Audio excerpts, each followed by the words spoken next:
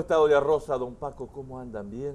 Ya estamos de nuevo acá para tomar un cafecito en el rinconcito de 12TV. ¿Tienen 30 minutitos? ¿Sí? Bien. Bien. ¿Saben por qué?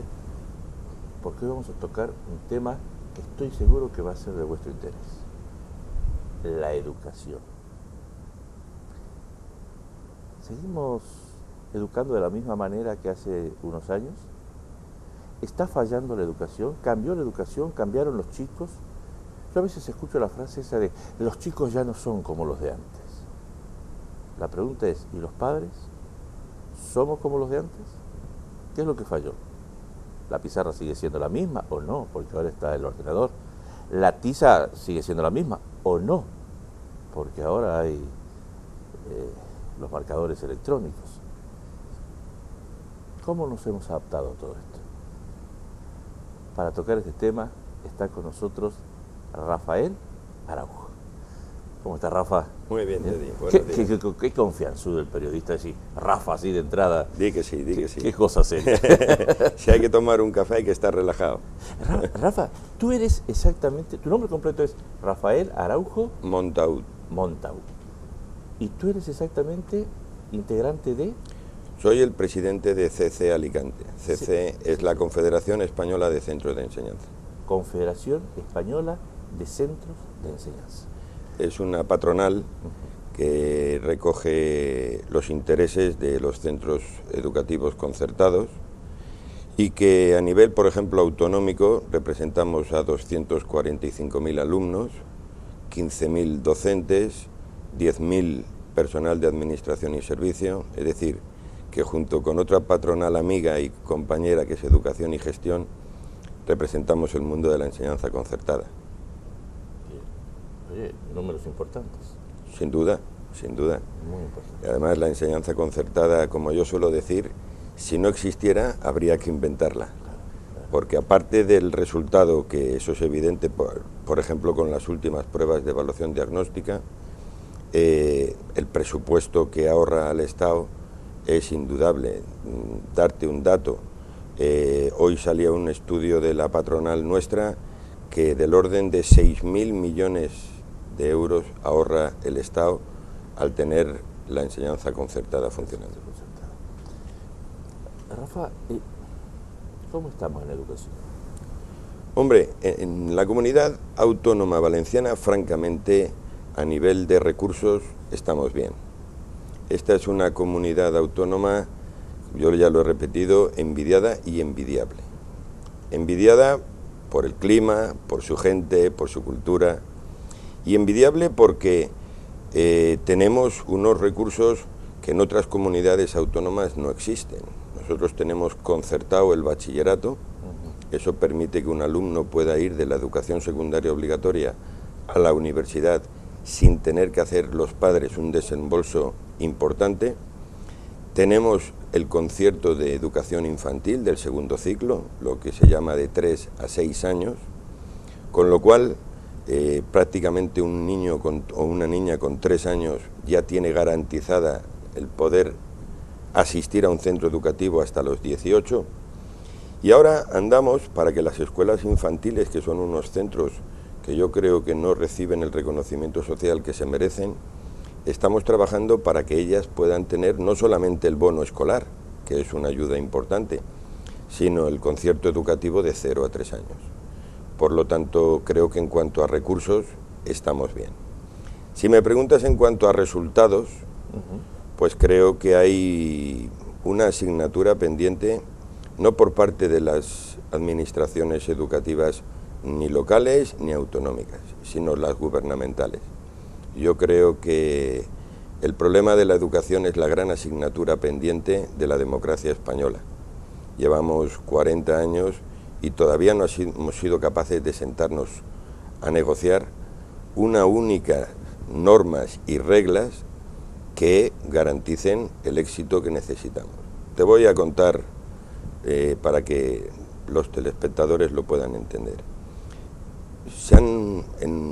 En estos últimos 40 años hemos tenido un sinfín de leyes orgánicas, que luego se ha visto si resolvían el problema o no. Sin embargo, nadie ha pensado en analizar cuáles son los problemas que realmente tenemos, establecer unas mesas de negociación y construir la ley desde las aulas hasta el boletín oficial del Estado. Sin embargo, siempre ha habido un boletín oficial del Estado que al final ha llegado o no sus resultados a las aulas. Te interrumpo. Dime. Porque yo soy torpe, pero de los torpes. ¿Sí? De la familia de los grandes torpes. No creo, pero bueno. Yo quiero esto entenderlo bien. Tú me estás diciendo que uno de los grandes problemas es que se crean las leyes para que se respeten en las aulas sin consultar antes a las aulas qué es lo que necesitan o a dónde tiene que apuntar la ley. Sí, y además pienso que las fuerzas políticas tienen un especial interés en controlar la educación. Cada uno tendrá sus motivos y... ¿Interés que pasa por? Pues hombre, quien controla la educación de la población controla la manera de actuar, de pensar, de formar y por lo tanto es más fácil dirigir a una población. Eso está más que demostrado. Sí. Pero bueno, España tiene garantizada la libertad de enseñanza. Creo que en eso no estamos tan mal. Creo que hay que seguir trabajando porque los padres puedan escoger el centro y la educación que quieren para lo mejor que tienen unos padres que son sus hijos. Y en eso pues estamos trabajando. ¿Qué diferencia hay entre educación e instrucción? Hombre, la educación creo que es un campo libre, consensuado. La instrucción es algo rígido, obligado, determinado, con una intención secundaria. Yo cuando educo a un chico, no lo educo para que sea bombero, farmacéutico o médico. Lo formo para que sea buena persona. Luego después le doy unas capacidades intelectuales que él, en su criterio y con su forma de pensar y entender la vida, pues escoja aquella profesión que más le satisfaga. ¿Se está enseñando en los colegios de hoy conceptos como buenos días, buenas tardes, buenas noches, gracias, por favor, o se está perdiendo? Vamos a ver, sí, lo que pasa es que esto es un tema mucho más complejo. Es decir, aquí tenemos que juntar los intereses de los centros, los intereses de los padres y los intereses de la sociedad. Mira, yo creo que un país no se sostiene si nosotros creamos 20.000 abogados cuando necesitamos 1.000, 3.000 médicos cuando necesitamos 500. Entonces, creo que lo que te decía antes, primero hay que hacer un análisis de necesidades, luego hay que llegar a un consenso para llegar a resolver los problemas que realmente se está viviendo en el día a día de los que llevan la labor educativa a las aulas. ¿Alguien puede pensar la labor o la presión y la carga que tiene un docente hoy en el aula? Eso nadie se lo ha cuestionado. Encima parece que les molesta que tengamos más de un mes de vacaciones. Pero resulta que un padre cuando lleva a su hijo al colegio confía en el centro, piensa que es un buen centro, pero luego establece una rivalidad y una discusión con el profesor porque todo lo que hace un docente es sospechoso de ser juzgado. Entonces, esto es como ir al médico y le dices, me duele la garganta, tómese este antibiótico, y tú dices, un momento, vamos a ver, este antibiótico es bueno, este antibiótico es malo, me puedo tomar otro, hay otro tipo de marcas, el profesor o el médico está suficientemente cualificado. Claro, entraríamos en un campo de locos dentro de la medicina. Pues eso está pasando en la enseñanza. Hay una cantidad de opiniones en el que todo el mundo puede opinar y nadie piensa en la labor del docente en su día a día. Mira, sale la atención a la diversidad de la que estoy plenamente convencido. A cada alumno hay que darle, según sus cualidades, la formación y la atención que necesita. Y eso debe ser así. Pero ahora sale el debate de la jornada continua, jornada partida. Pero yo quiero que eduques a mi hijo desde las 9 de la mañana a la 1 del mediodía. Pero es que además hay que conciliar la vida laboral y familiar, y como trabajamos los dos, porque la sociedad nos exige tener que trabajar los dos, resulta que hasta las 8 o 9 de la noche no llegamos a casa. ¿Qué hacemos con el crío? Se tiene que quedar a comer. Bueno, pero es que claro, eso supone un gasto enorme que la administración lo financie. De acuerdo, pero es que además luego yo quiero que mi hijo no haga educación física después de comer, como marca la legislación, porque de 3 a 4 no es la mejor hora para hacer educación física. Por lo tanto, que haga otras asignaturas y que termine pronto, porque quiero que vaya al conservatorio, que haga fútbol, que haga natación, que haga baile. Y eso sí, no me mandes deberes, porque yo luego llego a casa a las 8 de la tarde, reventado del trabajo, y no tengo ganas ni tiempo de ponerme a pelear con mi hijo para el día siguiente tener que entregar deberes. Y todo el mundo opina y todo el mundo tiene su parte de razón y todo el mundo tiene su punto de vista que hay que tener en cuenta. Por eso digo que todas esas presiones las recibe una única persona, un profesor, que un día puede estar nervioso, que un día le puede doler el estómago, que un día puede tener una mala expresión con un alumno y que sin duda puede no estar acertado, pero que no tiene ese margen para equivocarse porque enseguida saltan todos los alarmas. Hoy por el WhatsApp están prácticamente al orden del día todo lo que ha ocurrido en las aulas, y yo creo que hay que pensar primero que un profesor es una persona, que un profesor se puede equivocar, que un profesor tiene que dialogar con los padres, que un profesor tiene que implicarse en la formación, pero no es el único responsable de la formación de un alumno. Hay unos padres, hay una sociedad, hay un sentido común que nos indica que nos tenemos que sentar todas las partes, distribuir la carga horaria a lo largo del día, los objetivos de cada una de las partes y llegar a un consenso. Que luego habrá que proponer una legislación que favorezca y no desvirtúe nuestras intenciones que queremos transmitir a ese alumno. ¿Entiendes? Yo recuerdo una frase que me gustó mucho. Además, quiero leer un paréntesis. Me lo estás explicando como para que lo entienda yo, que soy muy torpe. Y te la dejo, porque muchas veces cuando se habla de educación, caemos en un lenguaje que no... ¿Técnico? Sí, un lenguaje técnico que la gente se... Bien, pero ¿qué me dijo? ¿Que es blanco o que es negro? Porque no lo terminamos de entender. Y lo estás explicando de una manera, repito, para que lo entienda yo, que soy muy torpe. Yo recuerdo una frase que escuché una vez que me encantó.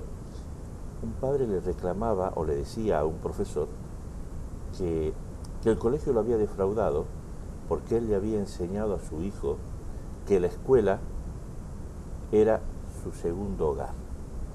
Y el profesor le dijo a ese padre que le agradecía mucho lo que le había enseñado a su hijo, pero que no se olvide que el hogar tiene que ser la primera escuela. Sin duda. Además por ley. ¿Está entendido ese concepto? Sí, sí. Porque me da la sensación que a veces los padres decimos que no te educan en el colegio y nosotros un poco nos lavamos las manos. Sí, pero hay que entender también la posición de los padres. Es decir, yo antes he defendido al docente, ahora te voy a defender a los padres. ¿Entiendes? Los padres tienen pues una carga laboral importante, la estructura familiar ha cambiado. Tristemente hay al orden del día familias desestructuradas, eso supone una revolución emocional en el crío y en las propias personas, hay unas exigencias económicas, también los padres tienen su presión. Yo te voy a decir una cosa, no he visto nunca a un alumno fracasar que su padre tirase la toalla. Si su padre no tira la toalla, su hijo triunfa.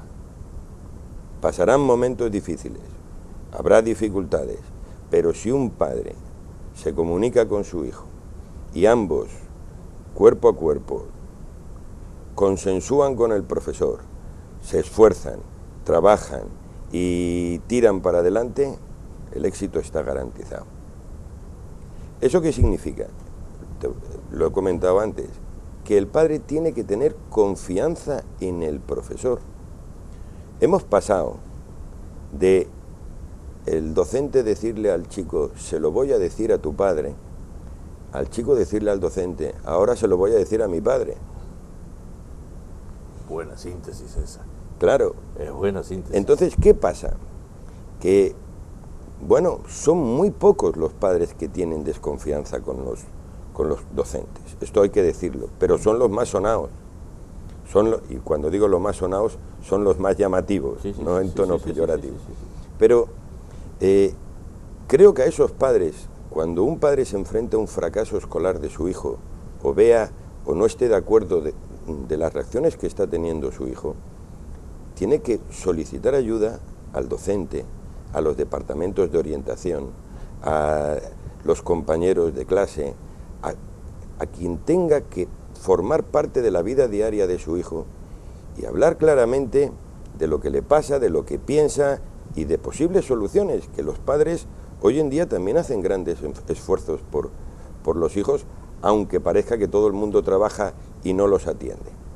Sí que es cierto que el volumen de los centros y la jornada, yo creo que por ese mal planteamiento que se hace de base, entramos en un estrés y en una especie de aceleración que en nada beneficia a la formación de los chicos. ¿Comprende? Recién dijiste, defendí primero a los profesores, ahora voy a defender a los padres. Por lo tanto, me has dado margen para que yo te pueda trasladar preguntas que están en la calle, porque me interesa muchísimo saber tu opinión. Se comenta cuando sale el tema de la educación. Los profesores son profesores porque han recibido una capacitación para ser profesores, pero es que no hay ninguna escuela de padres. ¿Cómo hacemos para ser padres? Bueno, sí que las hay, sí que las hay. Es decir, hablo de la enseñanza concertada, que es la que yo conozco. Sí que las hay y, bueno, estamos trabajando para que cada vez los padres puedan acudir a esas escuelas de padres. Y se va aumentando el número de padres que asisten. Pero es que yo creo que el mundo de la educación... Pero perdón, pero es que se hace muy difícil ahí, Rafa, porque tú me dices, los padres que están trabajando todo el día, que les alcanzan las horas, ¿de dónde van a sacar horas para ir a una escuela de padres? Pues mira, los sábados por la mañana. Bien. Los sábados por la mañana, yo te hablo de los colegios que yo conozco, de 10 a 12 se hacen jornadas con temas muy variados, por ejemplo, la comunicación de un padre con su hijo. Yo he hablado con muchísimos padres y una de las preguntas que les suelo hacer es: ¿cuándo fue la última vez que habló usted con su hijo de manera relajada? Y los padres, en el 90% de los casos, no lo recuerdan. Esto pasa como en la vida de los adultos. Si tú llegas a casa y tu mujer te dice: ¿de dónde vienes? ¿Qué has hecho? ¿De dónde has estado? A ti te saltan todas las alarmas. Clan, clan, clan. Dices: no sé lo que he hecho, pero la he liado parda en algún momento. Esto va a ser para problemas, claro, decía un amigo. Exacto. No sé lo que he hecho, pero en algún momento la he liado. Y tú dices: nada, me he ido a trabajar. Entonces, a los chicos les pasa igual. Si el padre, nada más llegar en casa: ¿has tenido notas? ¿Qué has hecho? ¿Con quién has estado? ¿Algún problema en clase? A ver, saltan las alarmas y el niño dice: cuidado, que algo ha pasado.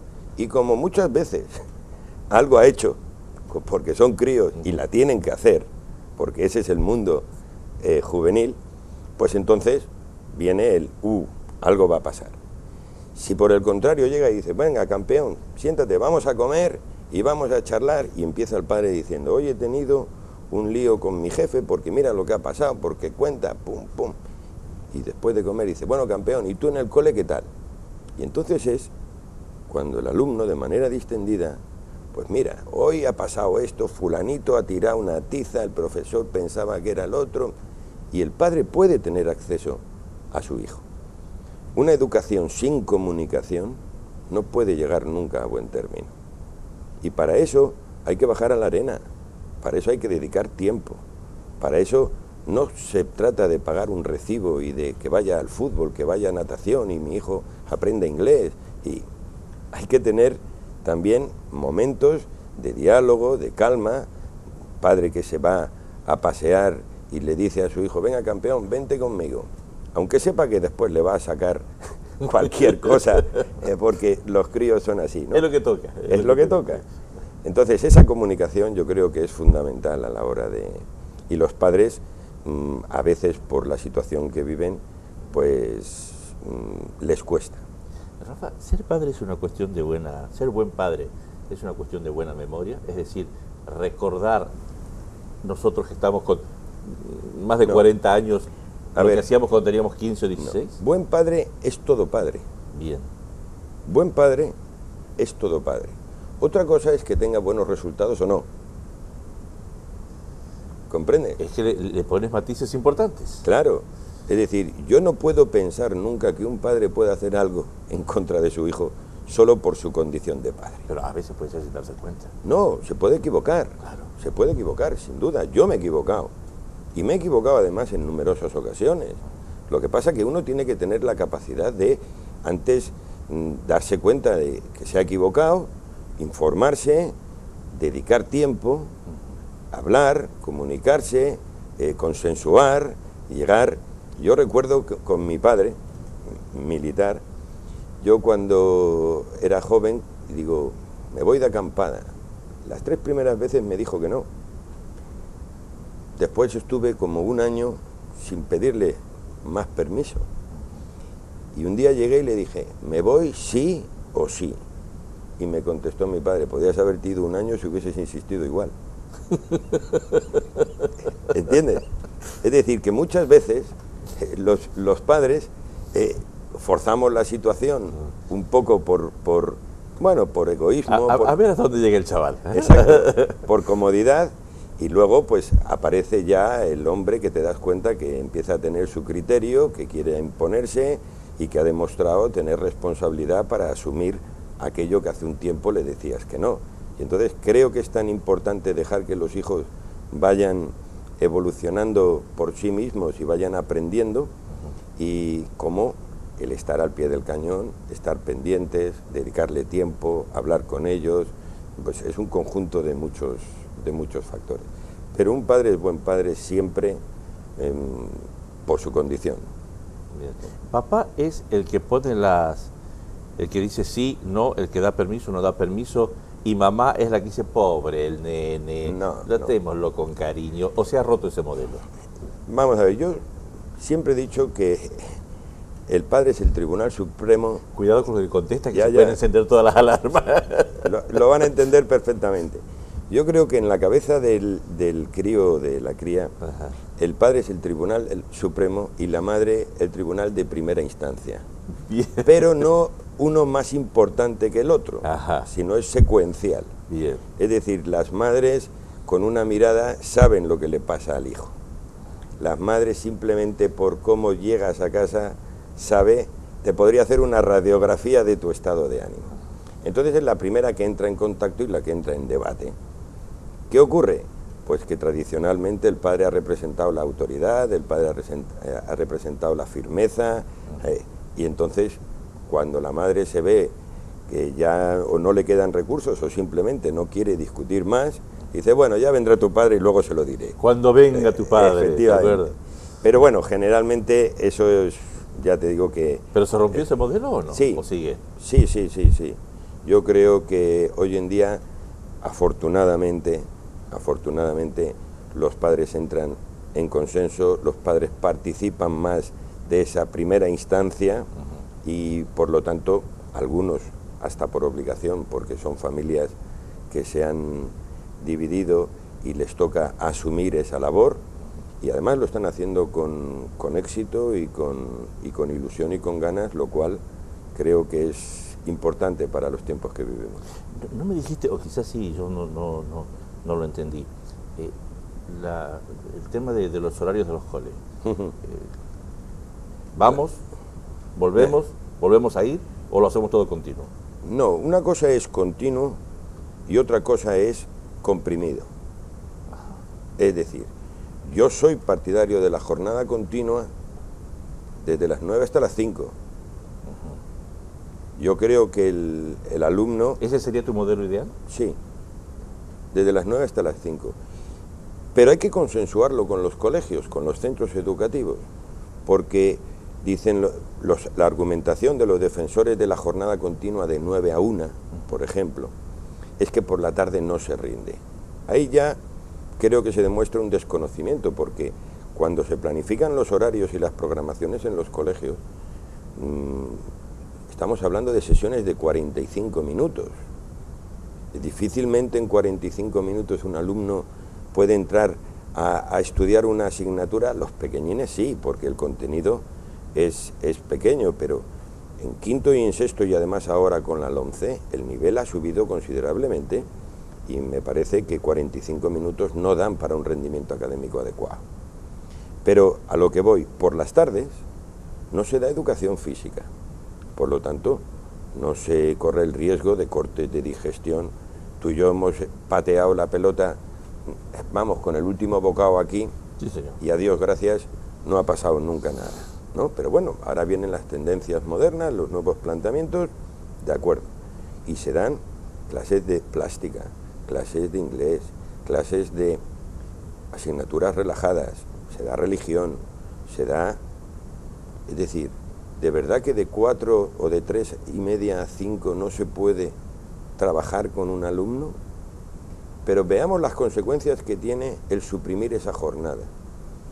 ¿Qué significa? ¿Que a la 1 el niño ha terminado? Los padres generalmente están trabajando hasta las 8. Es lo que se llama la generación de la llave.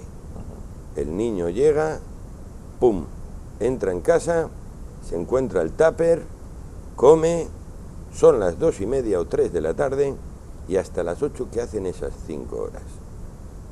¿O vamos a esperar a dentro de 2, 3, 4 años a que alguien diga es un fracaso completo, tenemos que volver a lo anterior? Pensémoslo, porque los riesgos que corre un alumno estando solo en casa con las nuevas tecnologías, con internet y con, bueno, control cero, con esa gran ventana al mundo, ¿no? Claro, y la posibilidad de información. Supone realizar un esfuerzo previo de formación. Ese chico podrá estar, yo lo veo bien, en los cursos en los que se está produciendo un bachillerato, un cuarto, tercero de secundaria, críos con 16, 17 años, que ya se supone que tienen una formación y que saben distinguir dónde pueden entrar y dónde no pueden entrar. Rafa, se me acaba el café y te quiero exprimir en el mejor sentido de la palabra. Voy a recurrir a tu poder de síntesis. Bien. ¿Sí? Tecnología sí, tecnología no. ¿Qué hacemos con el WhatsApp? ¿Qué hacemos con los móviles? Tecnología sí, sin lugar a duda, pero con control. Es decir, las tecnologías están para complementar la formación y nuestra vida cotidiana. ¿Cuándo se produce el problema? Cuando hay un abuso desmesurado de las nuevas tecnologías. Cuando entramos en que no hay control y por lo tanto viene el desfase en todos los sentidos. Yo, que en un momento determinado, el móvil nació por una urgencia. Pues si te quedas en la carretera puedes llamar a la grúa. Y ahora el 99% de las llamadas que uno hace y recibe al cabo del día podían haber esperado 48 horas perfectamente. Con lo cual antes llamabas a una casa, dile a fulanito que se tomaba nota y cuando llegaba fulanito 30 minutos más tarde o 5 horas más tarde, pues se le daba el mensaje. Ahora parece que si no has mandado el WhatsApp, estás fuera de lo que es el mundo. ¿Prohibimos el teléfono móvil en clase? Sí, sí, sin duda. ¿Está prohibido? Sí, sí, por ley. Sí, sí. Es más, tiene una sanción de 15 días de retirada del dispositivo. El alumno que se le pilla haciendo uso del móvil se le retira 15 días. En la mayoría de los centros, hay otros centros que es una semana. Ahora hay una tendencia que dicen que hay que buscar la manera de que el móvil forme parte de... Pero volvemos a... ¿Qué queremos? Las preguntas, ¿qué problema tenemos y qué es lo que queremos? ¿Queremos un niño que se sociabilice? ¿Queremos un niño que sepa jugar, que sepa interactuar, empatizar con un compañero de un problema o de una alegría? ¿O tenemos un alumno inmerso en una cuadrícula de 17 pulgadas donde solamente sabe teclear? Es decir, eso lo tenemos que ver. Pero me vas a permitir que me tome 2 minutos para hablar de un tema que a mí me resulta espectacular, que son los niños con necesidades educativas especiales, los niños discapacitados. Yo creo que ellos no son los grandes alumnos o los pequeños alumnos, son los grandes maestros. Antes comentábamos fuera del café que para ir a la universidad Yo te comentaba que primero tenían que salir a la vida y luego ir a la universidad. Sí, señor. No ir primero a la universidad y después a la vida. Estos críos son los que te enseñan todos los días el verdadero sentido de la educación, de la formación. Son los que cuando tú llegas con un montón de problemas te hacen ver que eres un auténtico estúpido por preocuparte por eso, porque tarde o temprano, de alguna manera u otra, ese problema se resolverá, y que ellos afrontan todos los días como un reto que superan con creces, y que ellos son los que verdaderamente tienen la atribución de enseñarte algo que difícilmente en un iPad, en un ordenador o en un móvil podemos nosotros aprender.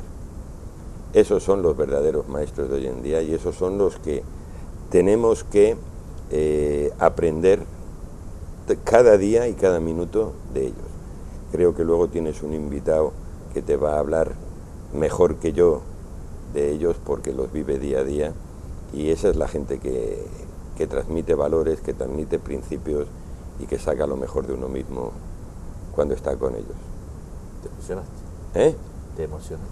Sí, porque he visto críos triunfar de la manera más espectacular simplemente con un poco de cariño. Trabajar con ellos, ellos multiplican por 20 todo lo que tú les puedas dar. Son los grandes perjudicados, voy a decir, porque son los que mandan y los que menos reciben, ¿entiendes? Yo creo que estos chicos son para un docente un tesoro, y son las joyas de la corona de los centros educativos, y que todo el mundo que se dedique a la educación, que entre en contacto con un alumno con necesidades educativas especiales, sin duda va a acabar siendo mucho mejor persona. Rafa, si te suena el teléfono ahora, que lo tienes apagado por educación y por respeto al programa, cosa que te agradezco, pero si te suena el teléfono y es el ministro de Educación para decirte, señor Rafa, necesito un consejo suyo, tengo que hacer una ley, ¿qué ley haría urgente de educación?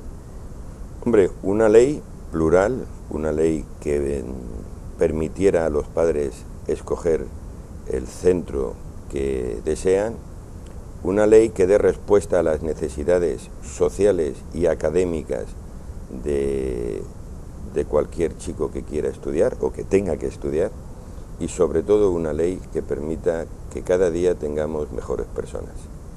Un presidente español dijo alguna vez en un discurso, España va bien. La pregunta es, ¿la educación en España va bien? La educación en España va. Bien no puede ir nunca, porque los retos en educación son infinitos. Yo te hablaba antes de los alumnos con necesidades educativas especiales.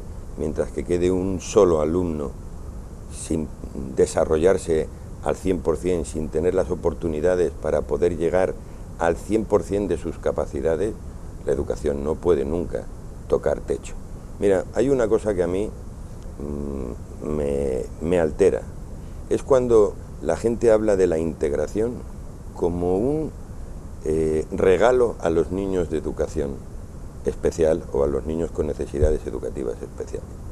Es que por derecho esos críos o esos crías tienen el mismo derecho a hacer uso de los recursos, del tiempo, de las instalaciones, de las excursiones, de los comedores, de los servicios, que cualquier otro niño. Por lo tanto, el que nos está regalando algo es él a nosotros, porque él tiene el mismo derecho, mientras que él nos va a dar enseñanzas de vida y momentos de lecciones que ningún catedrático sería capaz de transmitir, por buen docente que sea, ni ninguna aplicación informática nos la va a dar. Basta entrar en YouTube y ver los vídeos de alumnos y los ejemplos de superación en la vida de estos chicos para saber que estamos años luz de ellos. Por lo tanto, la palabra integración como regalo me parece ya de por sí ofensiva para ellos. Don Rafa Araujo, gracias. Teddy, un placer. Gracias. Mucho gusto. Rafa Araujo, doña Rosa, don Paco,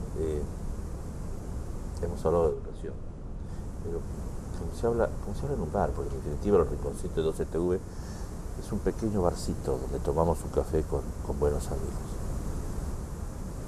Habló de los padres, habló de los hijos, habló de los alumnos, habló de los profesores. Dejó muchas frases. Yo, con vuestro permiso, quiero subrayar dos. Una, es que primero se hacen las leyes y después se ven las necesidades, en lugar de ver primero las necesidades y luego hacer una ley para tratar de solucionarlas.